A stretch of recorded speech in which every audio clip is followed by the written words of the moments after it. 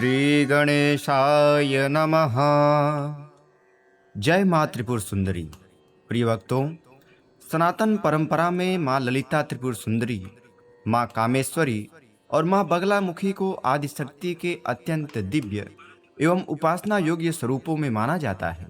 शास्त्रों और साधना परंपराओं के अनुसार प्रतिदिन इनकी स्तुति का श्रद्धा पूर्वक श्रवण और पाठ साधक के मन को एकाग्र करने, आत्मविश्वास बढ़ाने तथा ईश्वर के प्रति समर्पण की भावना को प्रबल बनाने का माध्यम माना जाता है। इन सभी देवियों की स्तुति आपके मन से, आपके शरीर से और आपके पूरे घर से नकारात्मक शक्तियों को दूर करके सकारात्मक शक्तियों का प्रवेश कराती है। इसलिए आप आज की इस स्तुति को प्रतिदिन श्रवण करें। यदि आप चाहते हैं कि आपके दिन की शुरुआत सकारात्मक ऊर्जा, मानसिक शांति और माँ की स्तुति के साथ हो, तो इस स्तुति को केवल कुछ क्षण सुनकर न छोड़ें। पूरी श्रद्धा, विश्वास और एकाग्रता के साथ आरंभ से अंत तक इसका श्रवण करें। कहा जाता है कि इन देवियों की स्तुति को श्रवण करते समय अपने मन को शांत रखना और साथ ही इस वीडियो के अंतिम क्षणों में माँ से अपने तथा अपने परिवार के सुख, शांति, उत्तम स्वास्थ्य, सद्बुद्धि और आध्यात्मिक उन्नति की प्रार्थना अवश्य करनी चाहिए। तो चलिए अब हम श्रद्धा पूर्वक, भक्ति और समर्पण के साथ माँ ललिता देवी, माँ कामेश्वरी और माँ बगलामुखी की इन दिव्य स्तुतियों का श्रवण करते हैं। तो बोलिए, जय माँ ललिता त्रिपुर सुंदरी, जय माँ कामेश्वरी, जय माँ बगलामुखी, जय जगदम्बे माँ। ओम ब्रह्मास्त्र रूपिणी देवी माता श्री बगलामुखी चिक्षिक्तिर्ज्ञान रूपा च ब्रह्मानंद प्रदायिनी महाविद्या महालक्ष्मी श्रीमत्त्रिपुर सुंदरी भुवनेशी जगन्माता पार्वती सर्वमंगला ललिता भैरवी शांता अन्नपूर्णा कुलेश्वरी वाराही छिन्नमस्ता च तारा काली सरस्वती जगत्पूज्या महामाया कामेशी भगमालिनी दक्षपुत्री शिवांकस्था शिवरूपा शिवप्रिया सर्वसंपत्करी देवी सर्वलोकवशंकरी वेदविद्या महापूज्या भक्ताद्वेषी भयंकरी स्तंभरूपा स्तंभिनी च दुष्टस्तंभनकारिणी भक्तप्रिया महाभोगा श्रीविद्या ललितांबिका मेनापुत्री शिवानंदा मातंगी भुवनेश्वरी नारसिंही नरेन्द्रा च नृपाराध्या नरोत्तमा नागिनी नागपुत्री च नगराजसुता उमा पीतांबरा पीतपुष्पा च पीतवस्त्रप्रिया शुभा पीतगंधप्रिया रामा पीतरत्नार्चिता शिवा अर्धचंद्रधरी देवी गदामुद्गरधारिणी सावित्री त्रिपदा शुद्धा सद्यो रागविवर्धिनी विष्णुरूपा जगन्मोहा ब्रह्मरूपा हरिप्रिया रुद्ररूपा रुद्रशक्ति दिङ्मयी भक्तवत्सला लोकमाता शिवा संध्या शिवपूजन तत्परा धनाध्यक्षा धनेशी च धर्मदा धनदा धना चंडदर्प हरिदेवी शुंभासुर निवर्हिणी राजराजेश्वरी देवी महिषासुरमर्दिनी मधुकैटभहन्त्री च रक्तबीजविनाशिनी धूम्राक्षदैत्यहन्त्री च भण्डासुरविनाशिनी रेणुपुत्री महामाया भ्रामरी भ्रमराम्बिका ज्वालामुखी भद्रकाली बगला शत्रुनाशिनी इंद्राणी इंद्रपूज्या च गुहमाता गुणेश्वरी वज्रपाशधरा देवी जिह्वा मुद्गरधारिणी भक्तानंदकरी देवी बगला परमेश्वरी अष्टोत्तरशतं नाम्नां बगलायास्तु यः पठेत् रिपुबाधा विनिर्मुक्तः लक्ष्मीर्यस्थैर्मवाप्नुयात् भूतप्रेतपिशाचाश्च ग्रहपीडानिवारणम् राजानो वशमायाति सर्वैश्वर्य च विन्दति नानाविद्यां च लभते राज्यं प्राप्नोति निश्चितं भुक्तिमुक्तिमवाप्नोति साक्षात् शिवसमो भवेत्। अथ श्री कामेश्वरी स्तुतिः। युधिष्ठिर उवाच नमस्ते परमेशानि ब्रह्मरूपे सनातनी सुरासुरजगद्वन्दे कामेश्वरि नमोऽस्तुते। न ते प्रभावं जानन्ति ब्रह्माद्यास्त्रिदशेश्वरः प्रसीद जगतामाद्ये कामेश्वरि नमोऽस्तुते। अनादि परमा विद्या देहिनां देहधारिणी त्वमेवासे जगद्वन्दे कामेश्वरि नमोऽस्तुते। त्वं बीजं सर्वभूतानां त्वं बुद्धिश्चेतनाघृतिः त्वं प्रबोधश्च निद्रा च कामेश्वरि नमोऽस्तुते।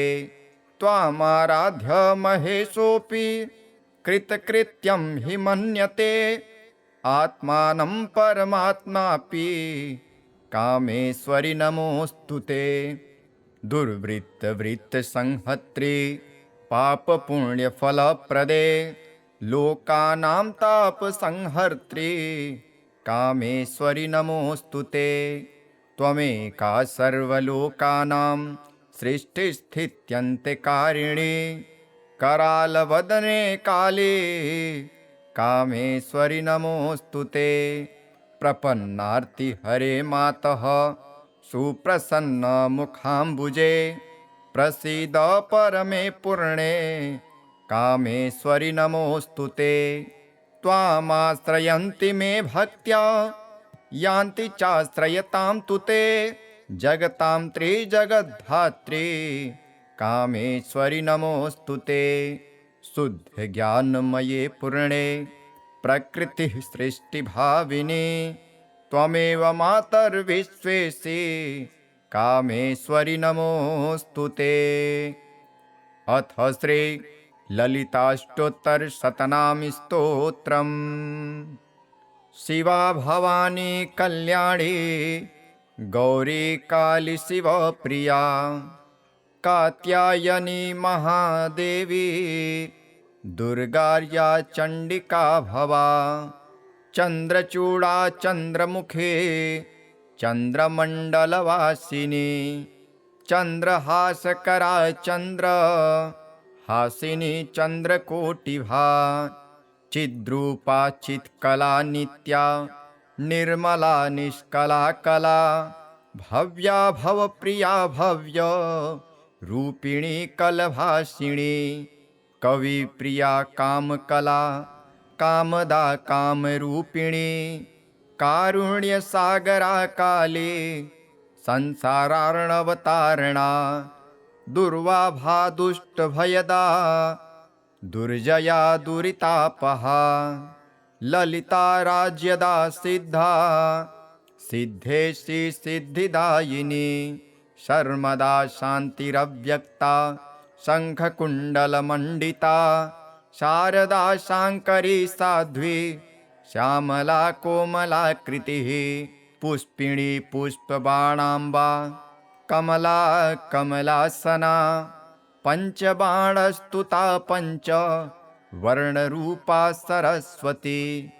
पञ्चमी परमा लक्ष्मी पावनी पापहारिणी सर्वज्ञा वृषभारूढा सर्वलोकवशङ्करी सर्वस्वतन्त्रा सर्वेशी सर्वमङ्गलकारिणी निरवद्या निरदाभा निर्मला निश्चयात्मिका नर्मदा नियताचारा निष्कामा निगमालया अनादिबोधा ब्रह्माणे कौमारी गुरुरूपिणी वैष्णवी समयाचारा कौलिनी कुलदेवता सामगान प्रिया सर्व वेदरूपा सरस्वती अंतर्याग प्रियानंदा बहिर्याग परार्चिता वीणागान रसनानंदा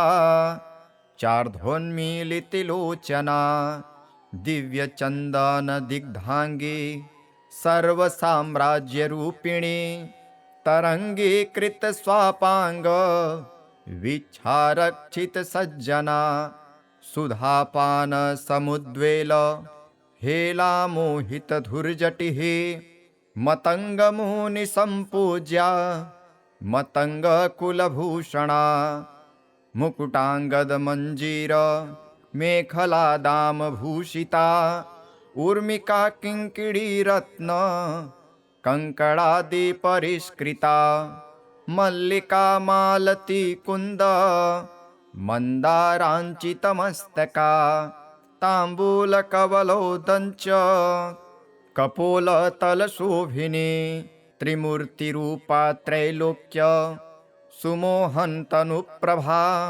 श्रीमच्चक्राधीनगरी साम्राज्य श्रीस्वरूपिणी इदं नाम्नां साष्टशतं ललितायाः मतिप्रदं विद्याधनयशः काम पूर्तिदं सर्वमङ्गलम् इति श्री ललिताष्टोत्तरशतनाम स्तोत्रम्। ॐ ब्रह्मास्त्रिरूपिणी देवी माता श्री बगलामुखी चिक्षिक्तिर्ज्ञानरूपा च ब्रह्मानन्दप्रदायिनी महाविद्या महालक्ष्मी श्रीमत्त्रिपुरसुन्दरी भुवनेशी जगन्माता पार्वती सर्वमङ्गला ललिता भैरवी शान्ता अन्नपूर्णा कुलेश्वरी वाराही छिन्नमस्ता च तारा काली सरस्वती जगत्पूज्या महामाया कामेशी भगमालिनी दक्षपुत्री शिवाङ्कस्था शिवरूपा शिवप्रिया सर्वसम्पत्करी देवी सर्वलोकवशङ्करी वेदविद्या महापूज्या भक्ताद्वेषी भयङ्करी स्तम्भरूपा स्तम्भिनी च दुष्टस्तम्भनकारिणी भक्तप्रिया महाभोगा श्रीविद्या ललिताम्बिका मेनापुत्री शिवानन्दा मातङ्गी भुवनेश्वरी नारसिंही नरेन्द्रा च नृपाराध्या नरोत्तमा नागिनी नागपुत्री च नगराजसुता उमा पीताम्बरा पीतपुष्पा च पीतवस्त्रप्रिया शुभा पीतगन्धप्रिया रामा पीतरत्नार्चिता शिवा अर्धचन्द्रधरी देवी गदामुद्गरधारिणी सावित्री त्रिपदा शुद्धा सद्यो रागविवर्धिनी विष्णुरूपा जगन्मोहा ब्रह्मरूपा हरिप्रिया रुद्ररूपा रुद्रशक्ति दिङ्मयी भक्तवत्सला लोकमाता शिवा सन्ध्या शिवपूजन तत्परा धनाध्यक्षा धनेशी च धर्मदा धनदा धना चण्डदर्प हरिदेवी शुम्भासुरनिवर्हिणी राजराजेश्वरी देवी महिषासुरमर्दिनी मधुकैटभहन्त्री च रक्तबीजविनाशिनी धूम्राक्षदैत्यहन्त्री च भण्डासुरविनाशिनी रेणुपुत्री महामाया भ्रामरी भ्रमराम्बिका ज्वालामुखी भद्रकाली बगला शत्रुनाशिनी इन्द्राणी इन्द्रपूज्या च गुहमाता गुणेश्वरी वज्रपाशधरा देवी जिह्वा मुद्गरधारिणी भक्तानन्दकरी देवी बगला परमेश्वरी अष्टोत्तरशतं नाम्नां बगलायास्तु यः पठेत् रिपुबाधा विनिर्मुक्तः लक्ष्मीर्यस्थैर्मवाप्नुयात् भूतप्रेतपिशाचाश्च ग्रहपीडा निवारणम् राजानो वशमायाति सर्वैश्वर्य च विन्दति नानाविद्यां च लभते राज्यं प्राप्नोति निश्चितम् भुक्तिमुक्तिमवाप्नोति साक्षात् शिवसमो भवेत्। अथ श्री कामेश्वरी स्तुतिः। युधिष्ठिर उवाच नमस्ते परमेशानि ब्रह्मरूपे सनातनी सुरासुरजगद्वन्दे कामेश्वरि नमोऽस्तुते। न ते प्रभावं जानन्ति ब्रह्माद्यास्त्रिदशेश्वरः प्रसीद जगतामाद्ये कामेश्वरि नमोऽस्तुते। अनादि परमा विद्या देहिनां देहधारिणी त्वमेवासे जगद्वन्दे कामेश्वरि नमोऽस्तुते। त्वं बीजं सर्वभूतानां त्वं बुद्धिश्चेतनाघृतिः त्वं प्रबोधश्च निद्रा च कामेश्वरि नमोऽस्तुते। त्वामाराध्य महेशोऽपि कृतकृत्यं हि मन्यते आत्मानं परमात्मापि कामेश्वरि नमोऽस्तुते। दुर्वृत्तवृत्तसंहर्त्री पापपुण्यफलप्रदे लोकानां तापसंहर्त्री कामेश्वरि नमोऽस्तुते। त्वमेका सर्वलोकानां सृष्टिस्थित्यन्त्यकारिणी करालवदने काले कामेश्वरि नमोऽस्तुते। प्रपन्नार्तिहरे मातः सुप्रसन्नमुखाम्बुजे प्रसीद परमे पूर्णे कामेश्वरि नमोऽस्तुते। त्वामाश्रयन्ति मे भक्त्या यान्ति चाश्रयतां तु ते जगतां त्रिजगद्धात्री कामेश्वरि नमोऽस्तुते। शुद्धज्ञानमये पूर्णे प्रकृतिः सृष्टिभाविनी त्वमेव मातर्विश्वेशि कामेश्वरि नमोऽस्तुते। अथ श्री ललिताष्टोत्तरशतनाम स्तोत्रम्। शिवा भवानी कल्याणी गौरी काली शिवप्रिया कात्यायनी महादेवी दुर्गार्या चण्डिका भवा। चन्द्रचूडा चन्द्रमुखे चन्द्रमण्डलवासिनी चन्द्रहासकरा चन्द्रहासिनी चन्द्रकोटिभा।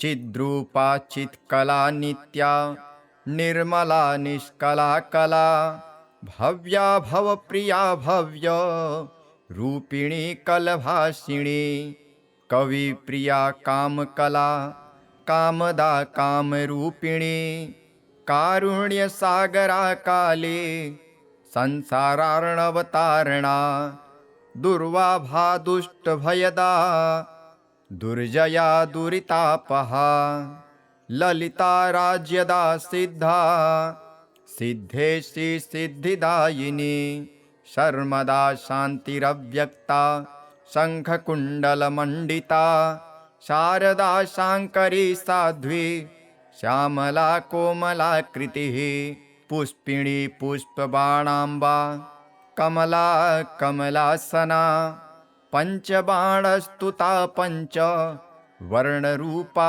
सरस्वती पञ्चमी परमा लक्ष्मी पावनी पापहारिणी सर्वज्ञा वृषभारूढा सर्वलोकवशङ्करी सर्वस्वतन्त्रा सर्वेशी सर्वमङ्गलकारिणी निरवद्या निरदाभा निर्मला निश्चयात्मिका नर्मदा नियताचारा निष्कामा निगमालया अनादिबोधा ब्रह्माणि कौमारी गुरुरूपिणी वैष्णवी समयाचारा कौलिनी कुलदेवता सामगान प्रिया सर्व वेदरूपा सरस्वती अंतर्याग प्रियानंदा बहिर्याग परार्चिता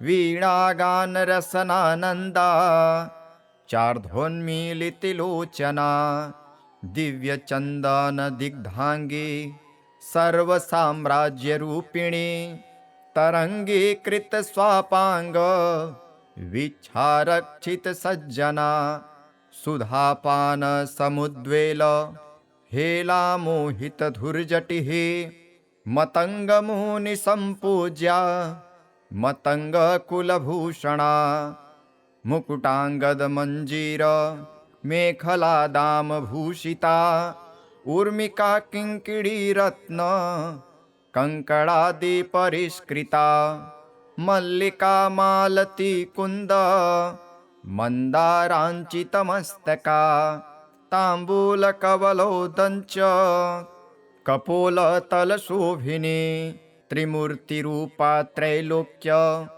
सुमोहन्तनुप्रभा श्रीमच्चक्राधीनगरी साम्राज्य श्रीस्वरूपिणी इदं नाम्नां साष्टशतं ललितायाः मतिप्रदं विद्याधनयशः काम पूर्तिदं सर्वमङ्गलम् इति श्री ललिताष्टोत्तरशतनाम स्तोत्रम्। ॐ ब्रह्मास्त्रिरूपिणी देवी माता श्री बगलामुखी चिक्षिक्तिर्ज्ञानरूपा च ब्रह्मानन्दप्रदायिनी महाविद्या महालक्ष्मी श्रीमत्त्रिपुरसुन्दरी भुवनेशी जगन्माता पार्वती सर्वमङ्गला ललिता भैरवी शान्ता अन्नपूर्णा कुलेश्वरी वाराही छिन्नमस्ता च तारा काली सरस्वती जगत्पूज्या महामाया कामेशी भगमालिनी दक्षपुत्री शिवांकस्था शिवरूपा शिवप्रिया सर्वसंपत्करी देवी सर्वलोकवशंकरी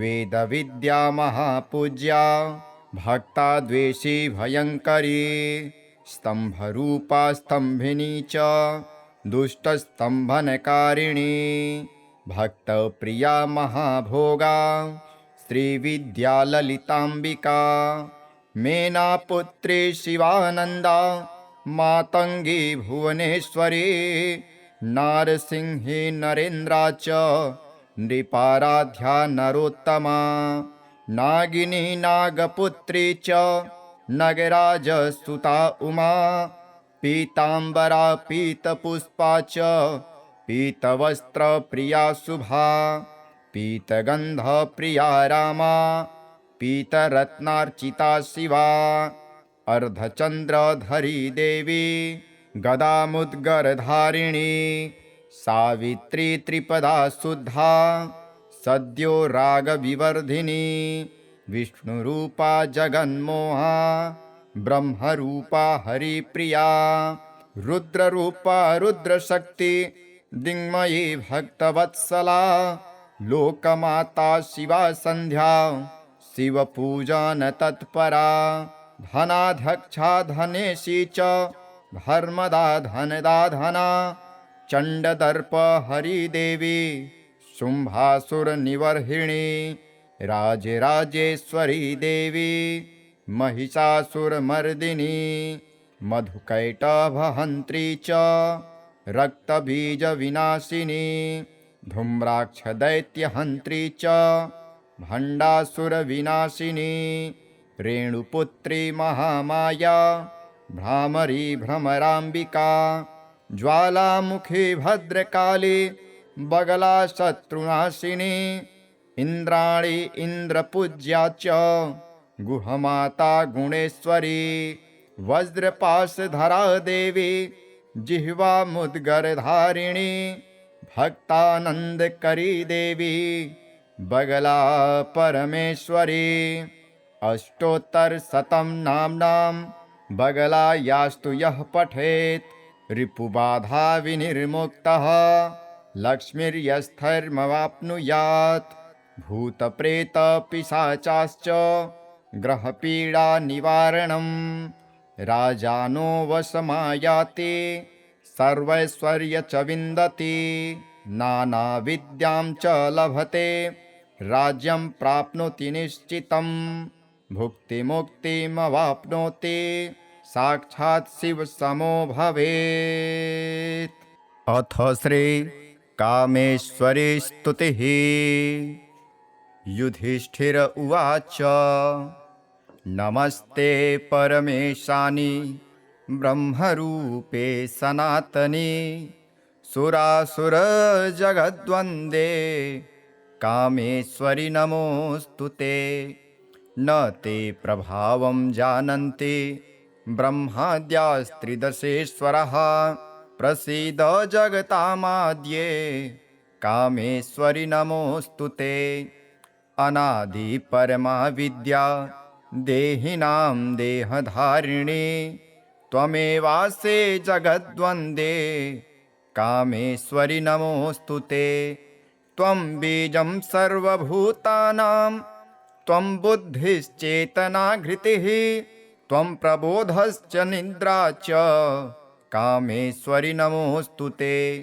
त्वामाराध्य महेशोऽपि कृतकृत्यं हि मन्यते आत्मानं परमात्मापि कामेश्वरि नमोऽस्तुते। दुर्वृत्तवृत्तसंहर्त्री पापपुण्यफलप्रदे लोकानां तापसंहर्त्री कामेश्वरि नमोऽस्तुते। त्वमेका सर्वलोकानां सृष्टिस्थित्यन्त्यकारिणी करालवदने काले कामेश्वरि नमोऽस्तुते। प्रपन्नार्तिहरे मातः सुप्रसन्नमुखाम्बुजे प्रसीद परमे पूर्णे कामेश्वरि नमोऽस्तुते। त्वामाश्रयन्ति मे भक्त्या यान्ति चाश्रयतां तु ते जगतां त्रिजगद्धात्री कामेश्वरि नमोऽस्तुते। शुद्धज्ञानमये पूर्णे प्रकृतिः सृष्टिभाविनी त्वमेव मातर्विश्वेशि कामेश्वरि नमोऽस्तुते। अथ श्री ललिताष्टोत्तरशतनाम स्तोत्रम्। शिवा भवानी कल्याणी गौरी काली शिवप्रिया कात्यायनी महादेवी दुर्गार्या चण्डिका भवा। चन्द्रचूडा चन्द्रमुखे चन्द्रमण्डलवासिनी चन्द्रहासकरा चन्द्रहासिनी चन्द्रकोटिभा चिद्रूपा चित्कला नित्या निर्मला निष्कला कला भव्या भवप्रिया भव्य रूपिणी कलभासिनी कविप्रिया कामकला कामदा कामरूपिणी कारुण्यसागरा काली संसारार्णवतारणा दुर्वाभा दुष्टभयदा दुर्जया दुरितापहा ललिता राज्यदा सिद्धा सिद्धेशी सिद्धिदायिनी शर्मदा शान्तिरव्यक्ता शङ्खकुण्डलमण्डिता शारदा शाङ्करी साध्वी श्यामला कोमलाकृतिः पुष्पिणी पुष्पबाणाम्बा कमला कमलासना पञ्चबाणस्तुता पञ्च वर्णरूपा सरस्वती पंचमी परमा लक्ष्मी पावनी पापहारिणी सर्वज्ञा वृषभारूढ़ा सर्वलोकवशंकरी सर्वस्वतंत्रा सर्वेशी सर्वमंगलकारिणी निरवद्या निरदाभा निर्मला निश्चयात्मिका नर्मदा नियताचारा निष्कामा निगमालया अनादिबोधा ब्रह्माणी कौमारी गुरुरूपिणी वैष्णवी समयाचारा कौलिनी कुलदेवता सामगान प्रिया सर्व वेदरूपा सरस्वती अंतर्याग प्रियानंदा बहिर्याग परार्चिता वीणागान रसनानंदा चार्धोन्मीलितिलोचना